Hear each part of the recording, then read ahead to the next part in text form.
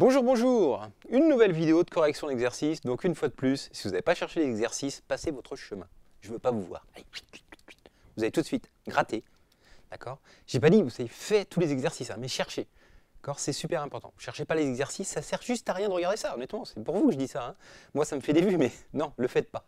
Allez chercher les exercices d'abord. C'est vraiment hyper important. Si vous voulez progresser, il n'y a pas d'autre méthode en fait. Hein. Ok. Allez, allons-y. Donc, premier exercice, rappelez-vous, c'est un petit vrai ou faux pour se chauffer un petit peu, là, sur la topologie induite. Est-ce que moins de 2 est un ouvert de moins 3,3? Bon, bah alors, normalement, c'est le cas facile, parce qu'on a un ouvert de R qui est inclus dans cette partie de R, donc c'est un ouvert de cette partie. Hein, il suffit de prendre moins de 2 intersecté avec moins 3,3, ça fait moins de 2, ah, c'est un ouvert. Ok, donc ça, c'était pas très dur. Moins 4,2 est-il un ouvert de moins 4,4? Eh bien, la réponse est oui également, puisqu'il suffit de prendre, par exemple, moins 5,2, qui est un ouvert de R, de l'intersecter avec moins 4,4 fermé, et là, oh, on obtient moins 4 fermé en moins, enfin, moins 4 fermé en moins 4 et ouvert en 2, et donc on obtient bien un ouvert de moins 4,4. Hein. Que je vous rappelle, les ouverts de moins 4,4, c'est les intersections des ouverts de R avec moins 4,4. Donc, voilà un exemple. Ok, est-ce que moins 4,2 est un fermé de moins 4,4? Autrement dit, est-ce que c'est l'intersection d'un fermé de R avec moins 4,4? Eh bien la réponse est encore oui, il suffit de prendre cette fois l'intervalle fermé moins 5,2, qui est bien un fermé de R, et quand je l'intersecte avec moins 4,4, j'obtiens bien moins 4 ouvert en moins 4, fermé en 2, donc c'est bien un fermé de moins 4,4. Voilà, voilà. Alors, les exemples un petit peu plus durs. L'ensemble des 1 sur n, donc 1, 1 demi, 1 tiers, 1 quart, 1 cinquième, etc., est-ce que c'est un fermé de R étoile? Alors en fait, si je rajoute 0, oui. Ça, c'est un fermé de R. Pourquoi? Parce que le complémentaire de ça, si je réfléchis bien, si j'enlève 0, bah, c'est moins l'infini 0 ouvert en 0, parce que j'ai enlevé 0 exprès pour ça, donc ça c'est bien un ouvert. Union 1 plus l'infini, il n'y a pas 1, il faut enlever 1. Tous ceux qui sont plus grands, strictement plus grands que 1, ils sont bien dedans aussi. Puis alors après, il y a les trous entre les deux. C'est-à-dire, il y a les éléments entre 1 demi et 1, entre 1 tiers et 1 demi, entre 1 quart et 1 tiers, ainsi de suite, entre 1 sur n plus 1 et 1 sur n, comme ça jusqu'à l'infini. Donc c'est une réunion infinie d'intervalles ouverts, mais une réunion quelconque d'ouvert est un ouvert. Donc la réunion de tout ça, c'est bien un ouvert. D'accord? Et il fallait que j'enlève 0 pour qu'ici ce soit un ouvert. Hein. Sinon j'aurais eu moins l'infini 0 fermé, et du coup ça ne faisait pas un ouvert. Hein. Mais voilà, si j'enlève 0, bah, j'obtiens bien un ouvert. Donc le complémentaire d'un ouvert, c'est un fermé. Donc A, si on rajoute 0, c'est un fermé. C'est pas du tout la question qu'on t'a posée. La question c'était est-ce que A est un fermé? Okay. Alors j'y viens. Bah, du coup, oui, puisque A union 0, qui est un fermé de R, intersecté avec R étoile, bah, ça fait du coup A. Ça fait A union 0, j'enlève 0. Bah, du coup, ça fait A. Donc A est bien un fermé de R étoile. Vous voyez? Alors ça, c'est une vacherie quand même, parce que si on essayait avec les suites, on pourrait se dire, tiens, j'ai une suite d'éléments de A, je prends tous les éléments de A, c'est une suite d'éléments de A, 1 sur n converge vers 0, 0 qui n'est pas dans A, donc A n'est pas un fermé de R.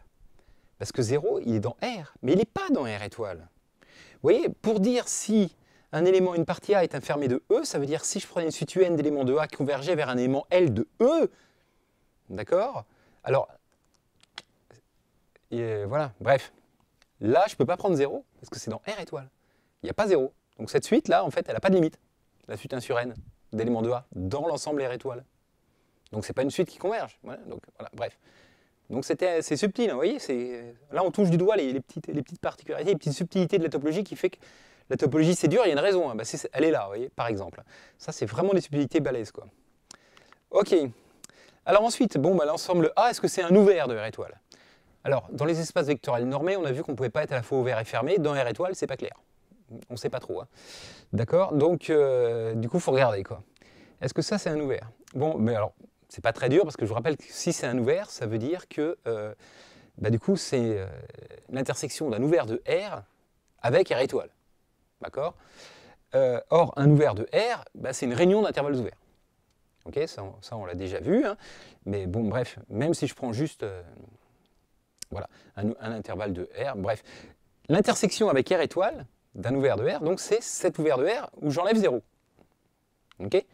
Donc, O inter étoile, c'est O privé de juste 0. Bah, j'ai une réunion d'intervalle ouvert, j'enlève 0. Au pire, soit 0, il n'était pas dans l'intervalle ouvert, ça ne change rien, soit il y était, et du coup, ça fait 2 intervalles ouverts. Donc ça continue à faire une réunion d'intervalle ouvert. Et donc, ça ne peut pas faire A, parce qu'un intervalle ouvert, ça contient des nombres irrationnels. D'accord?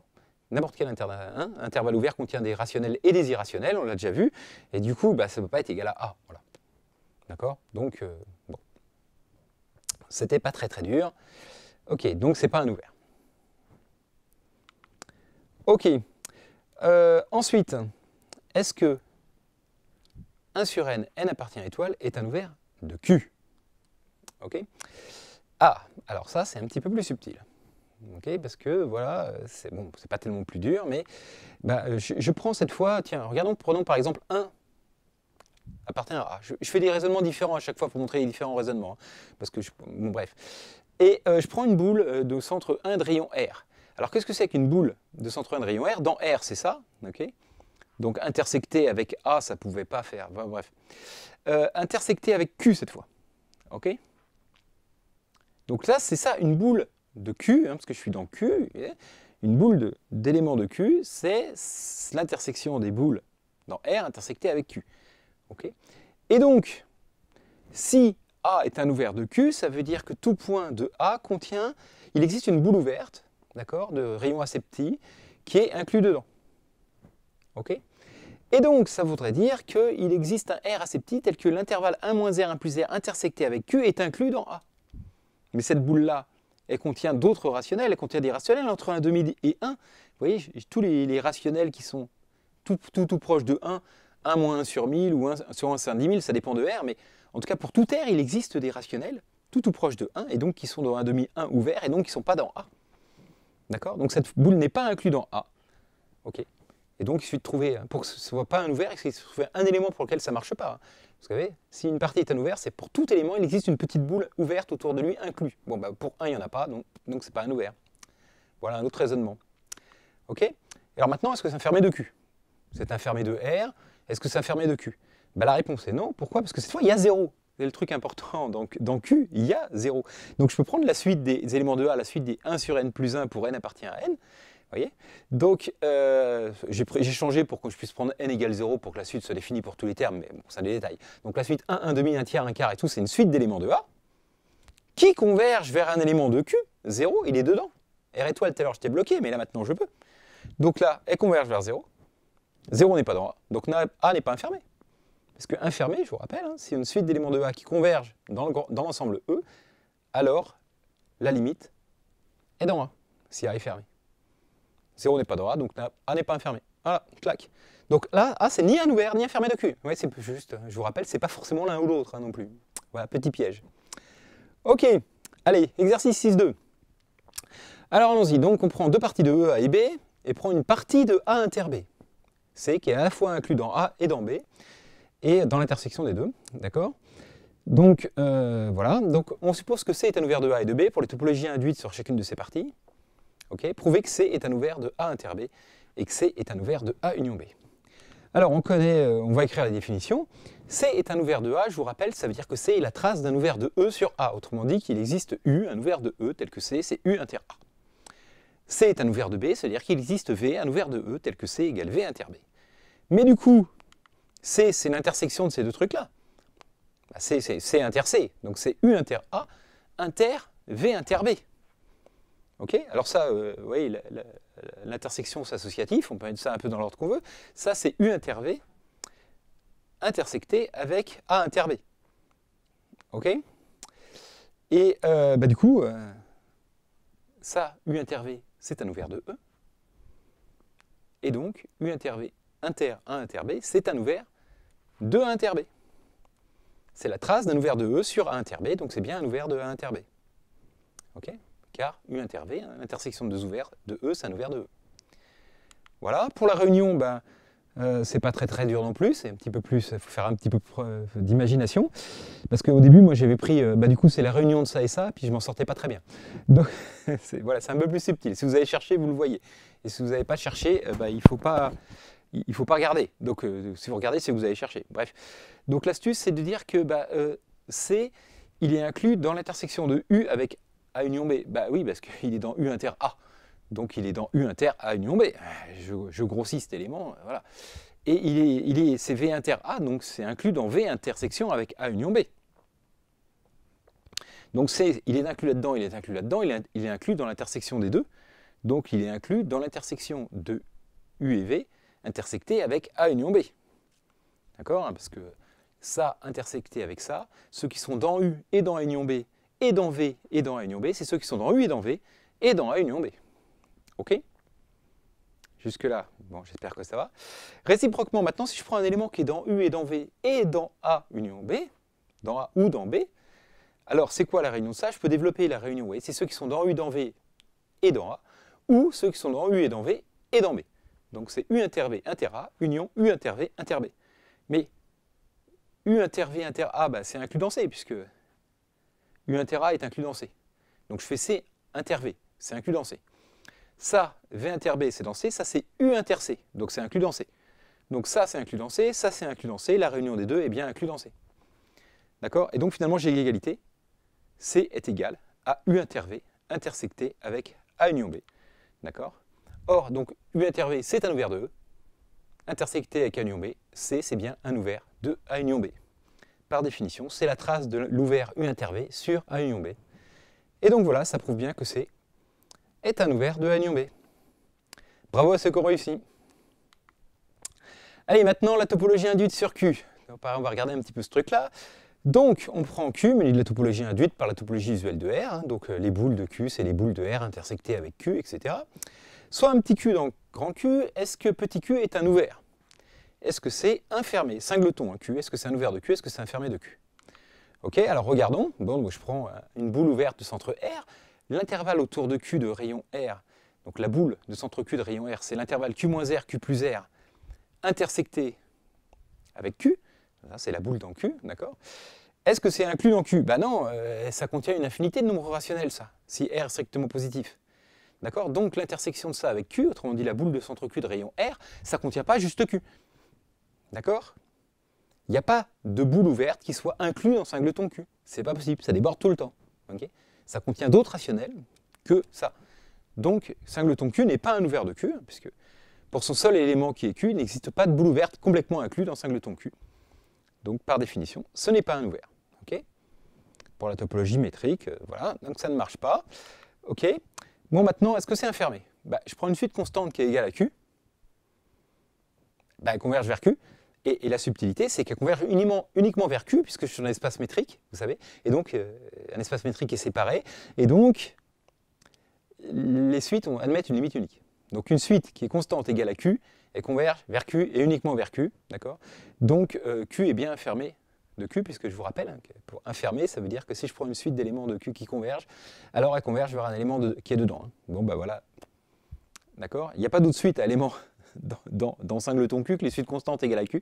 Donc toutes ces suites-là qui convergent vers Q, Q la limite est dedans, et donc bah, du coup Q est bien fermé par la caractérisation par les suites. Okay?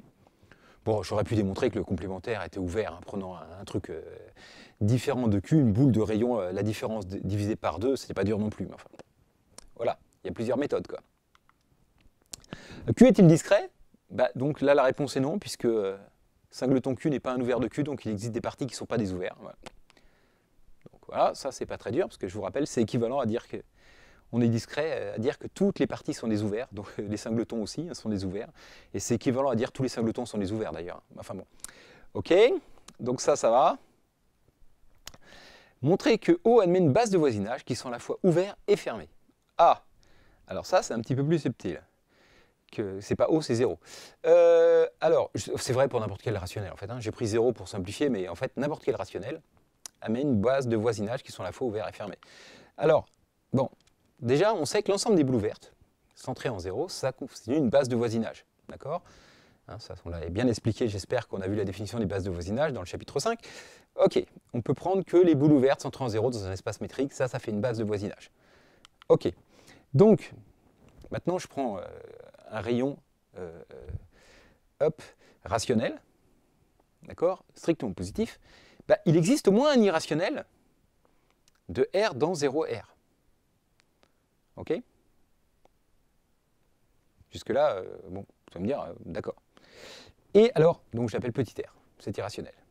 Parce que dans tout intervalle ouvert, il y a des irrationnels, des rationnels. J'ai déjà expliqué 10 fois.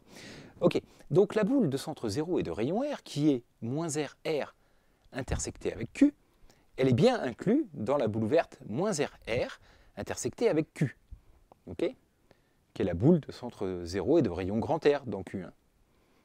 Donc je prends voilà, l'ensemble des boules ouvertes à rayon irrationnel, elles forment une base de voisinage de O. J'ai utilisé ma première base de voisinage, l'ensemble des boules ouvertes, pour en trouver une autre. Et il suffit que, vous voyez, je prends les boules à rayon irrationnel. Pour montrer que c'est une base de voisinage, il faut que je démontre que du coup, dans tous les éléments de la base de voisinage de départ, ils contiennent tous un élément de ma nouvelle base de voisinage. D'accord? Et donc voilà, donc j'ai pris n'importe quelle boule ouverte, elle contient une boule ouverte plus particulière avec rayon irrationnel, donc les boules ouvertes à rayon irrationnel forment une base de voisinage de O. Vous voyez? Si pour tous les R comme ça, au bout d'un moment, tous les termes de la suite sont dedans, alors pour tous les voisinages, au bout d'un moment, tous les termes de la suite sont dedans, hein, tout ça, donc c'est bien une base de voisinage. Ok? Et mais alors quel intérêt d'avoir pris des rayons irrationnels? Ben, la grosse astuce maintenant, c'est que si R est irrationnel, alors moins RR intersecté avec Q, c'est pareil que moins RR fermé intersecté avec Q, puisque les bornes ne sont pas dans Q. C'est fait pour. Hein, c'est pris moins racine de 2, racine de 2, bah, du coup l'intervalle moins racine de 2 ouvert inter Q ou moins racine de 2, racine de 2 fermé inter Q, c'est la même chose. D'accord? Et ça, c'est la boule fermée de centre haut de rayon R. C'est un fermé. Et donc les boules ouvertes à rayon irrationnel, ok, elles sont ouvertes, c'est des boules ouvertes, mais elles sont fermées aussi, parce qu'elles sont égales à leur boule fermée. Et donc, j'ai bien trouvé une base de voisinage qui est à la fois ouverte, tous les voisinages sont à la fois ouverts et fermés. Et donc, 0 mais bien une base de voisinage qui sont à la fois ouverts et fermés. Et voilà. Et ben, c'est tout pour ces exercices. Il y en aura plus sur le chapitre suivant, je vous rassure. Donc voilà, félicitations à vous de les avoir cherchés. Si vous avez trouvé, tant mieux. Si vous n'avez pas trouvé, c'est pas grave. L'important, c'est d'avoir cherché. Et je vous dis à bientôt pour la suite. Hop, voilà, je profite pour faire un petit mot encore de nouveau pour remercier tous ceux qui me donnent des sous. Voilà, je fais une petite explication parce que vous voyez là, j'ai mis des couleurs, etc. Donc voilà, ce qui se passe en fait, c'est que ceux qui sont en couleur, c'est ceux qui donnent depuis le plus longtemps. Vous allez me dire, mais alors pourquoi c'est pas ceux qui donnent en premier? Parce que ceux qui donnent en premier, c'est ceux qui ont donné la plus grosse somme. Vous voyez? Par exemple, là, on est en mars 2023. Les deux premiers, Michael et Albin Egas, ont donné chacun 600 €. Ça fait 12 mois qu'ils donnent 50 € chacun. Mais ceux que j'ai mis en bleu, ça veut dire qu'ils donnent depuis plus de 24 mois. Vous voyez? Donc depuis avant mars 2021. Et bref, donc voilà. Donc il y a différents critères, etc. pour le milliard. En tout cas, je remercie tous ceux qui sont là, et même ceux qui ont donné des sous qui ne sont pas là, parce que vous voyez, il y a un montant minimal pour apparaître sur la liste, hein, qui est de 5 € par mois. Mais bref. Merci à tous. Ça me fait un plaisir infini de me payer des bières avec vos sous et de payer des coups aux copains grâce à vous. Donc voilà. Ciao, ciao. Et puis à bientôt pour une nouvelle vidéo.